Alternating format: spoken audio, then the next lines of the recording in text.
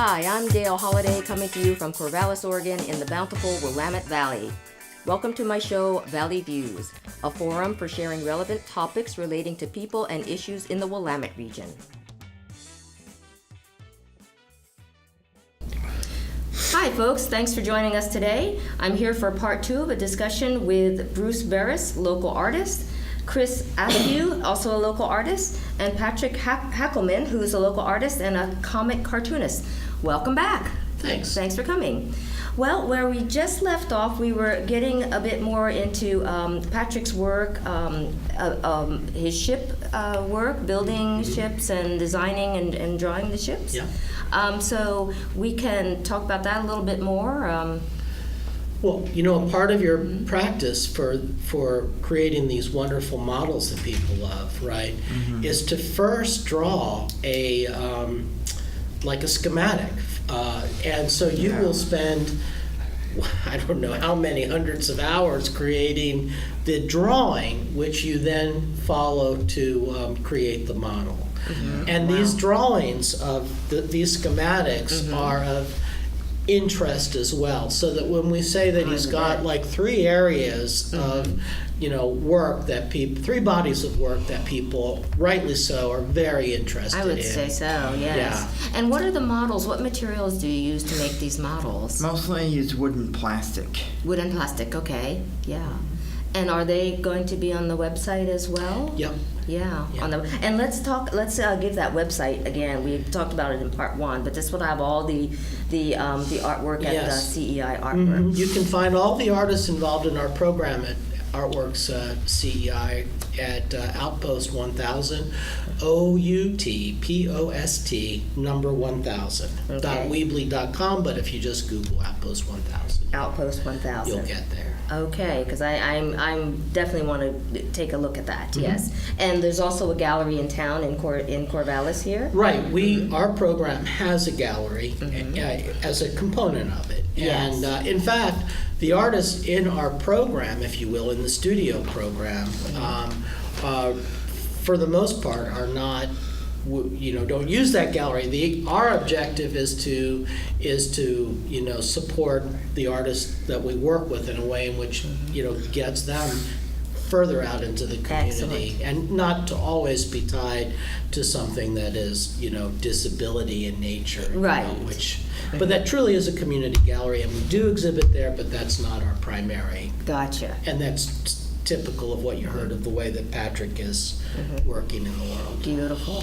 Well, now we had also talked with Chris in the last part, and he has his paintings of rock stars. Mainly, it's dead rock stars. Did you say you prefer to paint? Yeah. So we could talk a little bit more about that if you like. So, Chris, when I met you were doing and still love to do rock stars from the 60s, 70s, and 80s. Yeah. Why is that? I mean, She's so smart and I know things. yeah. And so he is really prolific, and these rock stars have lots of incredible energy, and he does a couple things. He first of all, he's had a number of exhibits at the record store here in town. Okay, I think I've seen him actually. Yeah, now you mention it. And one of the things he's doing with the dead rock stars, he's working on a calendar. Oh, okay. So he's accumulating these pictures to weave into a calendar. We'll find a template for that, and I think that'll be a really cool project. I think so. Another important thing that Chris does, every single Wednesday we have our coffee cart at the farmer's market. Oh, okay. Let's see. And I'm seeing a cup we here. have a different cup that Chris creates every single week. goodness. That happens to be a cup of it's a self-portrait of him that we featured this week. So there is Pacific Moon. Yeah. Yes. there's Chris as the artist, and he's holding a palette, and Nice. he has like a little beanie on, you know. We got a John Cage one. Right, here. and we're celebrating John Cage in right. that one. We tend to try to do things which are related to Corvallis and Oregon in general, but like, sometimes you Wow. get like a John Cage, you just have to Oh, do yeah. that. And you crank one of these out every week for the Wednesday Farmers Market, huh? Right. Well, now, Bruce, we in some of our last moments here, too, we want to get to you because Yeah. I'd heard you recently won a very prestigious grant. Right. It's a Haley Ford Fellowship, and that is an unrestricted, very generous, and 5 artists in the state receive this yearly. And Only I'm 5. proud to say that I'm the Corvallis representative this year. Beautiful. Julie Green received this last year. She's a wonderful artist. You probably should have on your show sometime. And maybe I will. She does a great series called The Last Supper, which is she's exhibited at the Art Center, but it is, among other things, it is a series in which she represents the food material that people who are having their final meal prior to their execution have on these ceramic plates. And My. it's incredible. Yeah. And that's just one aspect Yeah. of her work, but Yeah. that is one thing that. Anyway, so where were we? So yeah. Well, so what is your medium? Right. What do you like Well, to do? I probably am. I call myself not so much a crafter, but more like a Michael's sort of crafter type thing. Right? Okay. So I do use a lot of common material, and it's affordable to me. Pipe Yep. cleaners, hot glue. Let me tell you, people who use that, extensively, they deserve some kind of an award because that really is very hot. Yeah. So those are found material. I use a lot of found material. Oh, and, good. Yeah. So forth. Would you call yourself a is that folk art? Well, I certainly am influenced by that genre, and I work with people who, that's kind of the way that we're talking about others in the art world these Yes. days, and using words like outsider and folk, that's all under discussion, as it ought to be, right? Really, we're trying to do better. But I certainly am influenced by artists who are self-taught. I have worked in a number of institutions in my life. From old days, they were called mental hospitals, to group homes, they were Yes. called, prior to residential and so forth. So I've worked in a lot of institutions.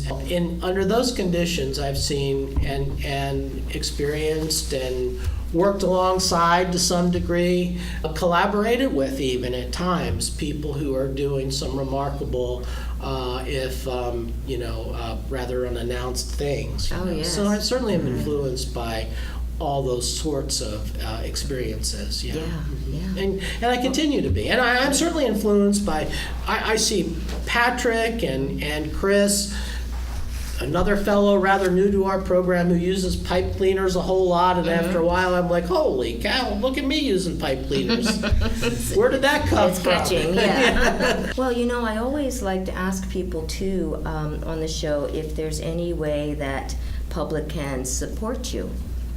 Is there fundraising? Are there contributions? Or Yeah. just spreading the word? How can people help?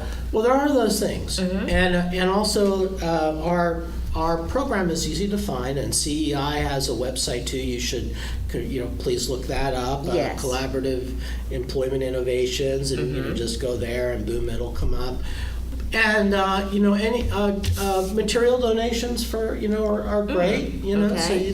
that's a good thing. And if you have $33 and you want to earmark it for art supplies, go ahead and drop it off. But we don't really have a formal mechanism. Yes. But we're certainly happy to accept kind and thoughtful donations. Very good. Yeah. Well, this has been fascinating, and I definitely am going to look up that website and see more of your work. Right, and please do, because Yes. we haven't even, they didn't come with us, but we just had an artist who had an exhibit at the Portland Art Museum. And but you'll see all this Yes. on that site. Beautiful. So it's really a very exciting enclave of talent that we're that we spend time with. Well, I want to thank you all for coming, and I wish you the best of luck with your art and your endeavors in the future. Yeah.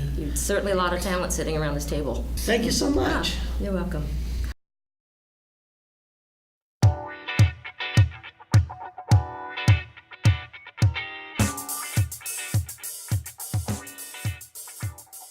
You've been listening to Valley Views. I'm your host, Dale Holliday, and I'd love to hear from you. Comments, questions, ideas for future topics, or other matters you would like explored. Email me at valleyviews@kboo.org. That's VALLEYVIEWS @kboo.org. Special thanks to Chad Howard from Corvallis Access Media for his technical assistance and support. I look forward to being with you again next time. And remember, as Doctor Who once said, I'm not in charge, but I'm full of ideas. Bye!